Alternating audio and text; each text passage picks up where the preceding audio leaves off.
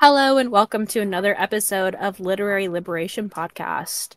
This is the first episode of our mini series we're going to try to incorporate on the account this summer season, where we're just going to talk about just bookish topics, book drama, our favorite authors. Like, we have a lot of topics we want to cover, but this is the first one.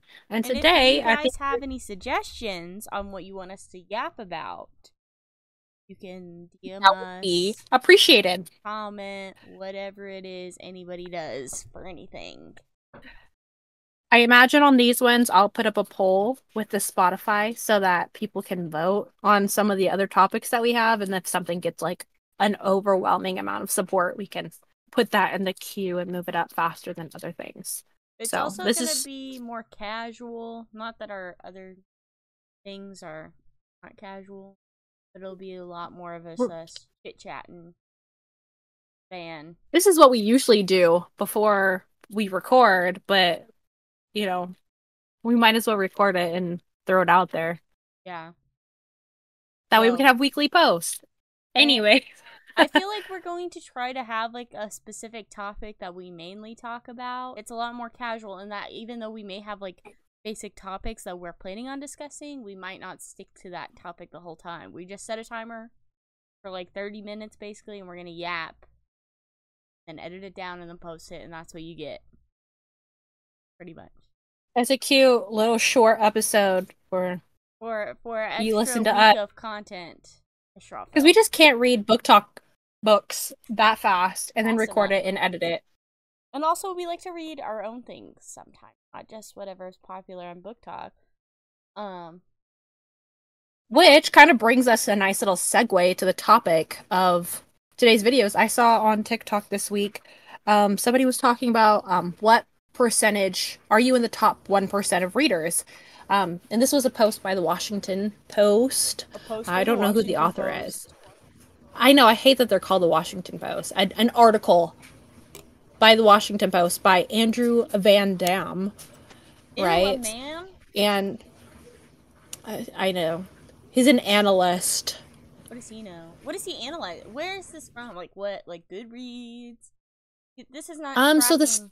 statistics, let's see. The data on most books read comes from our friend David Montgomery, the Spork pollster, who released the results of a new Economist slash YouGov poll about America's reading habits not long after we published last month's column about America's biggest readers. Though the Department of Data, however you say it, everyone says it different, was supposed to be closed this week, yada, yada, yada. Anyway, so what did Montgomery find?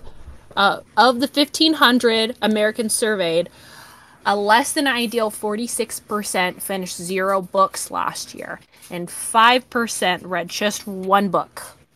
Alrighty, so they go on to say that if you've read more than 2 books in 2023, congratulations, you're in the top half of US adults, which is crazy to me. But then, how many people are truthful on these things?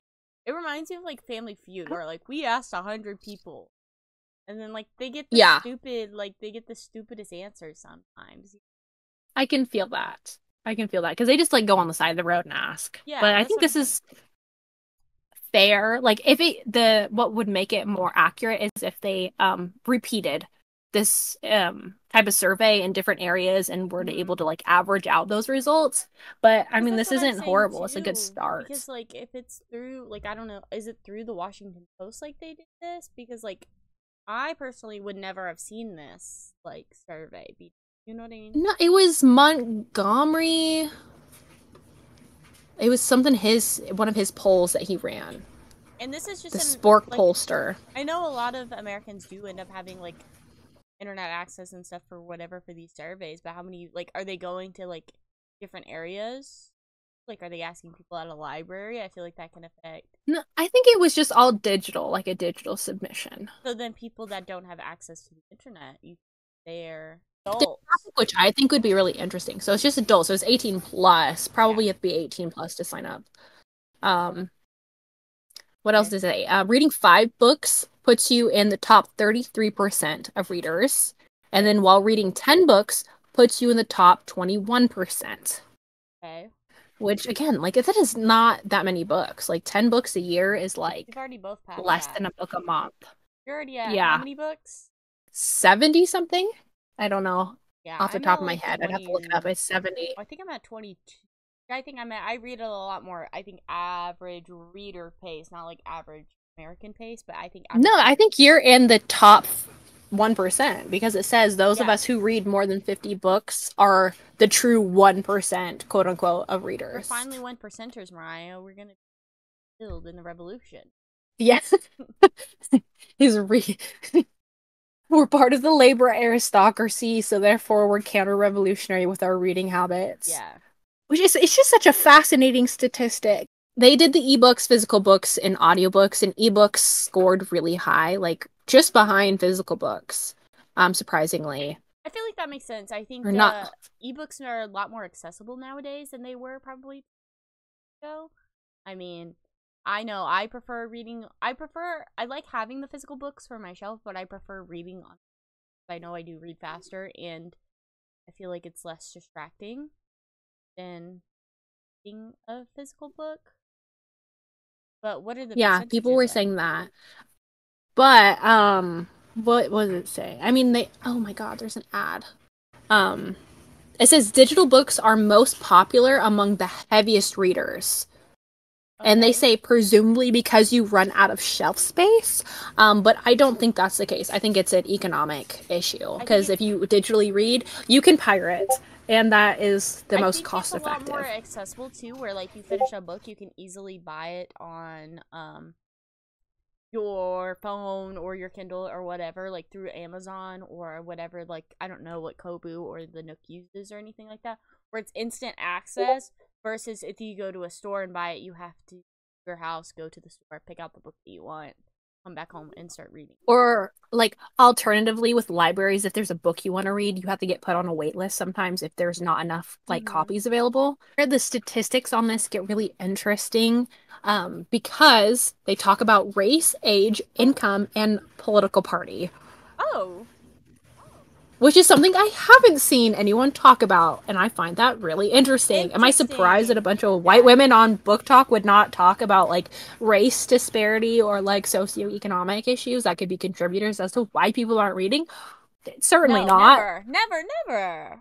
So, surprisingly, it looks like among white readers, they read more physical copies of books. I think that makes About sense. 46% of white readers read, I think, if I'm reading this correctly.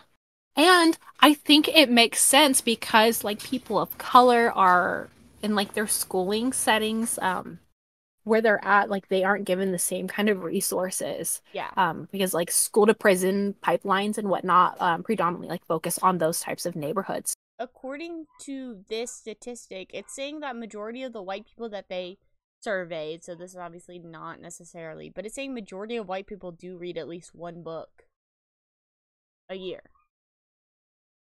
Because only 40% have not read a book, which is Yeah, so I mean interesting. like only 34% of the black people who participated in this survey said that they did not or they did read a book a year at minimum. That's And crazy. then for Hispanic, it would be 43%. Yeah. And we'll make sure to link this article so that people can know Look what we're at it talking about themselves, yeah. in the Spotify. Um, And then you can see the income. The poorer people are reading less than the richer people, too. I yeah. wonder, I think that's probably definitely including because a lot of the times, I mean, personally, I love reading and I know that sometimes it definitely can be a chore to read something. And I think, especially a lot of the times, I think even online and I think also in person, a lot of people are like critical about what other people read for some reason instead of letting people read for enjoyment or for whatever they choose to read themselves.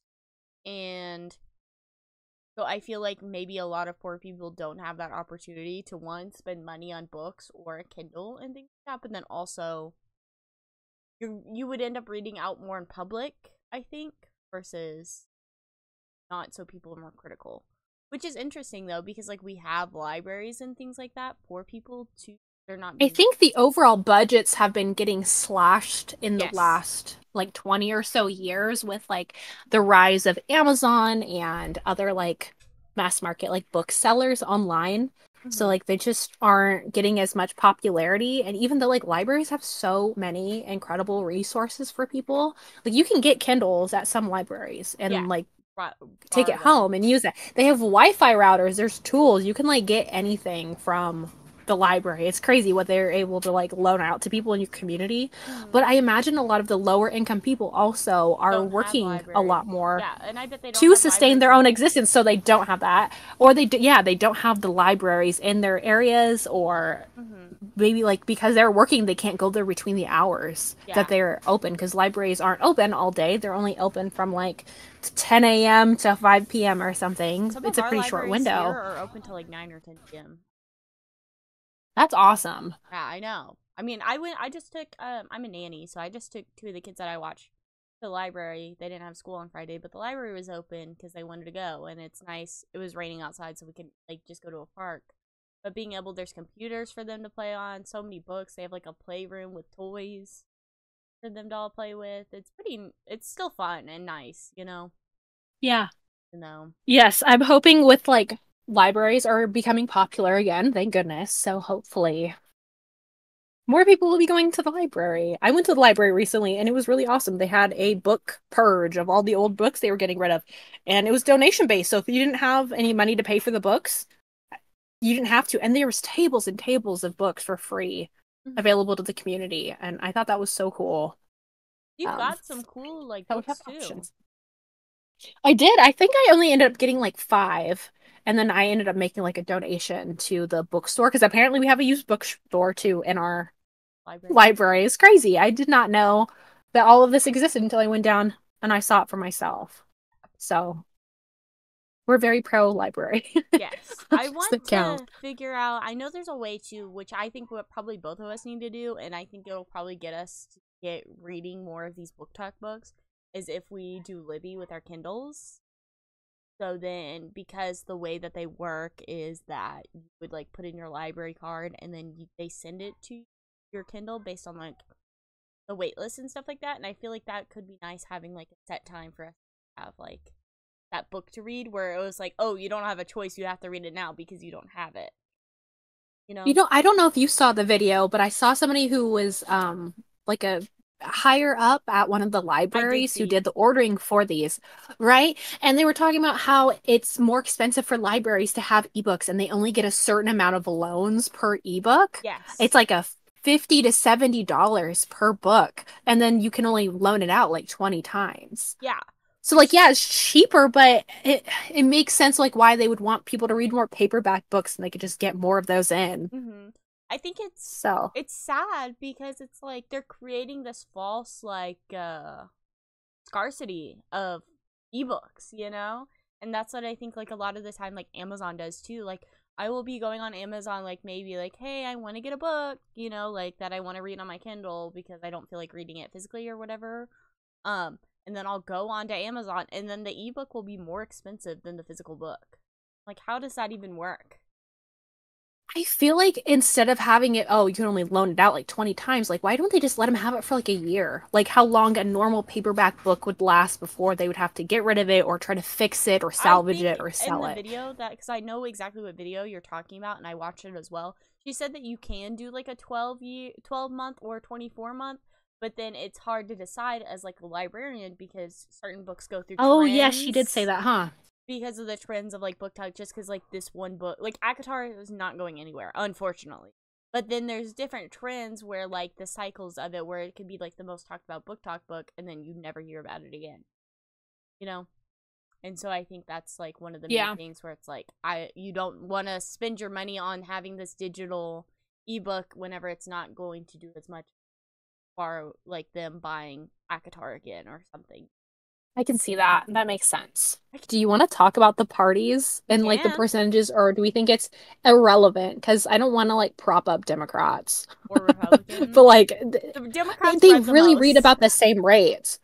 Yeah, Yeah, as they did, but it's like Republicans. not by much. No, it's It's only by literally 1%. 1%. That's crazy to me. Well, but then So the thing is don't act like you're too. holier than thou. I would love to see this where it's communists or like socialist parties and things like that, where it's a lot more like we need to conduct our own research and start. That would be really interesting to try to like come up with like a Because like Google these are people that thing are and like different. yeah, where it's like a lot more of like our fans or like people on the internet. Because like to be honest, like if you look at this, it says that 41% of 18 to 29-year-olds have read one book, when I feel like the percentage would have to be higher nowadays. You know what I mean? Like Barnes and Noble has been completely resurgent. It was like dying off in the last 5 years, and then now it's like a completely brand new store. You know what I mean? I remember they were like having like all these competitors with Amazon and stuff like that. And then now within the last 5 years, I've never seen more people shopping at my local Barnes. I think if they were to open this up to, or like at least make it more aware, like somehow, Mm-hmm. because I never heard of like this polling service. Yeah, It'd where be they interesting capture what the 2024 results are going to be. So we'll yes. see. Oh, they even have the most popular genres and based on Kristen. the ages. Cool. Let's see, what's the most popular? So it looks like of older people, like 65 plus, they tend to read history, mystery, and crime. And then What's our demographic? let's 18 see, 9. We're actually in the same demographic. fantasy. Usually they split it up between fantasy. Yep. History is up there too, which is actually surprising, I feel like. Yeah. 30 to 44 is history, and then it looks like the 45 to 64, even though that's a really big age range right there, is it's sitting with like biographies and memoirs and history and crime, and I'm surprised romance. Or is romance not on here? It is. It's underneath politics. 14%, 18. I feel like that's not Dude, accurate that's at gonna all. shoot up. There's No, no there's no way. way. Unless we are being skewed by our social media that we consume. I don't know, because I feel like even though I don't want to consume, I'm not a big romance reader at all. Like, I really don't. You can look at all of my shelves. Like, I have a few romances that are strictly just romance. Most of the time, I prefer romance to be like side. But everything I see is romantasy, romance, main Yeah. genres, rom-coms, that sort of thing. Like the main thing that I see, that's what people are promoting. And I think those are the people that I see with the most followers and the most like that stuff. Okay. So I'm curious, how many books our readers, or not our readers, our Our listeners, fans. how many, our fans, how Our many big are you fans reading per year? per year. I imagine if you're listening to this, Yeah. you read a decent amount, Yeah. Or at least are a part of that possibly. community where you I don't know. I don't know. And then I think it's interesting too, like audiobooks is still such a high percentage. And I think audiobooks will probably get more popularity too. I won't be surprised to see that number go up along with ebooks. I think physical books are going to go down. Because like So, digital wait, what are you looking at? The whatever you looked at, the digital and audiobooks are like neck and neck. It's at 19 and 21%. And the physical books is way up at 42%. So it's like a large disparity. Like a lot more people are reading physical books, which I mean, I read a lot of physical books, but I know last year, like 50% of the books that I read were digital. And this year I'm at 68% are print this year and 27% are digital this year. I can look at yours. But I know last year yours was like crazy mine are digital. mostly digital.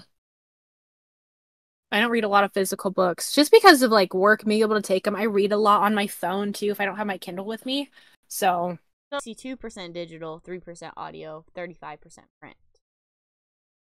That's for this year. And then last year, I think I read more audiobooks last year. you're at Maybe, maybe 59% not. digital, 3% audio, and 38% print. So it's about the same. Yeah. So you read a lot. I know mine is very different. Right now, I'm with me being at 68% print. And then last year, it was only like.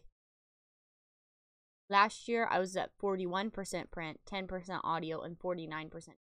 But it is interesting to see too, if you look at the income, like a lot, anybody that makes 50K or higher a year, they're reading significantly more than But I know personally I'm under income myself. Same.